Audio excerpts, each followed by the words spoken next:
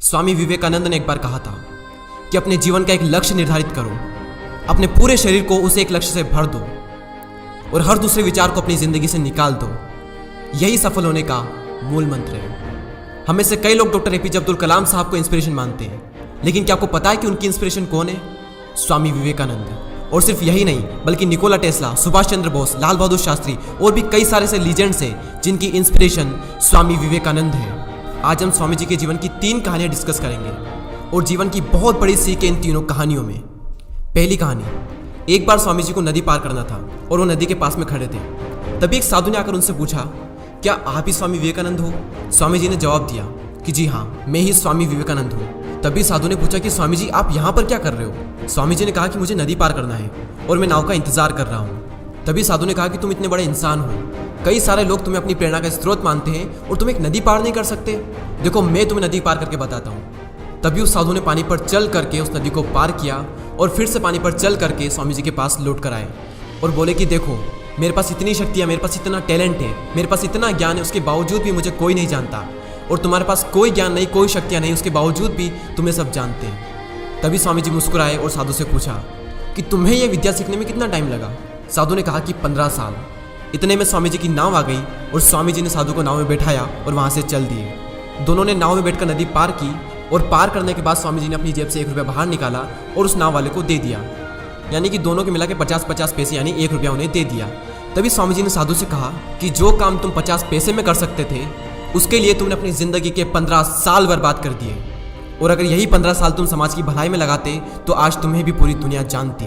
और मैंने यही किया, इसलिए मुझे पूरी दुनिया जानती है और तुम्हें कोई नहीं जानता। और स्वामी जी ने साधु से कहा कि तुम्हारी तरह कई सारे लोग ऐसी चीज़ों में अपने दिन, हफ्ते, महीने, साल लगा देते हैं जिनका उनकी ज़िंदगी में कोई मतलब नहीं निकलता। इसलिए अपने टाइम को ऐसी जगह पर लगाओ जहाँ पर उसका एक्चुअल में कोई सेंस निकले, क्योंकि टाइम से बढ़कर इस दुनिया में कोई भी इंपॉर्टेंट चीज़ नहीं है। अगर समय बर्बाद तो जिंदगी बर्बाद। दूसरी कहानी, एक बार स्वामी जी एक ब्रिज पर चल रहे थे। तभी वहाँ पर कुछ बंदर उनके पीछे पड़ जाते हैं। कोई बंदर उन पर लपक रहा, कोई उनका प्रसाद छीनने की कोशिश कर रहा, और स्वामी जी उन बंदरों से पीछा छुड़ाने के लिए वहाँ से भागने लगे। स्वामी जी भागे जा रहे थे और वो बंदर भी उनके पीछे पीछे भागने लगे। तभी एक आदमी ने स्वामी जी से कहा कि तुम डरो मत, इनका सामना करो। तुम जितना ज़्यादा इनसे डरोगे ये तुम्हें उतना ही ज़्यादा डराएंगे। तभी स्वामी जी पीछे मुड़ते हैं और आंखें निकाल कर उन बंदरों पर जोर से चीखते हैं, और तभी सारे बंदर वहाँ से दुम दबाकर भाग जाते हैं। और उन्हीं बंदरों की तरह होते हैं हमारे नेगेटिव थॉट्स, जिनसे हम डरते हैं, और जितना ज़्यादा हम इनसे डरेंगे ये हमें उतना ही ज़्यादा डराएंगे। इसलिए नेगेटिव थॉट्स और डर से डरो मत, बल्कि उनका सामना करो।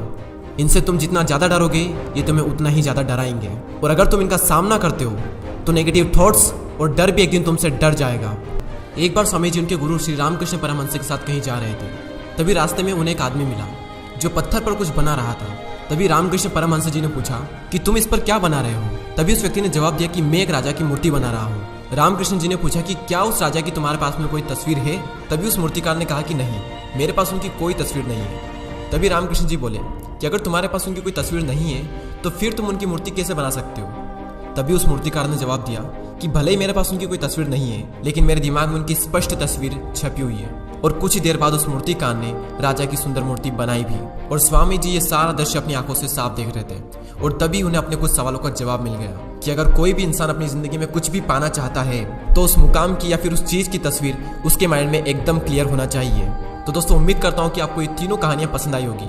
इसी तरह के और भी वीडियोस को देखने के लिए सब्सक्राइब करके बेल आइकन को प्रेस करें। मैं मिलता हूँ आपसे अगली वीडियो में। जय हिंद, जय भारत।